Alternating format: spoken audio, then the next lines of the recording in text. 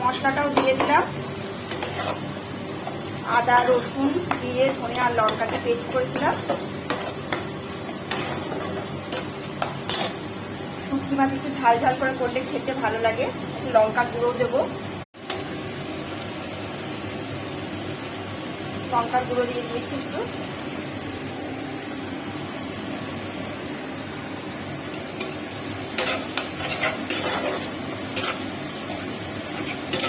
এই মশলাটা ভালো মতো কষাবো।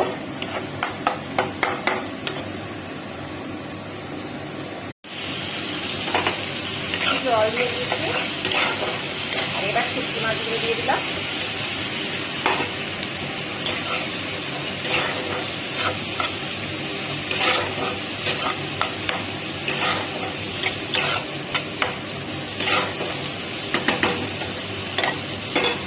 জল দেবো,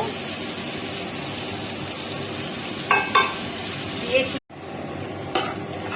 গ্যাস আমি অফ করে দিয়েছি। আর এই দেখো শুটকি মাছের ভর্তা পুরো কমপ্লিট। কেমন এসছে কালারটা বলো।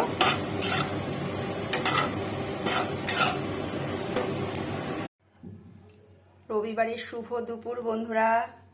আর এই যে আমি আজকে বানিয়েছি লোটে শুটকির ভর্তা। কে কে ভালোবাসো কমেন্ট করে জানিও।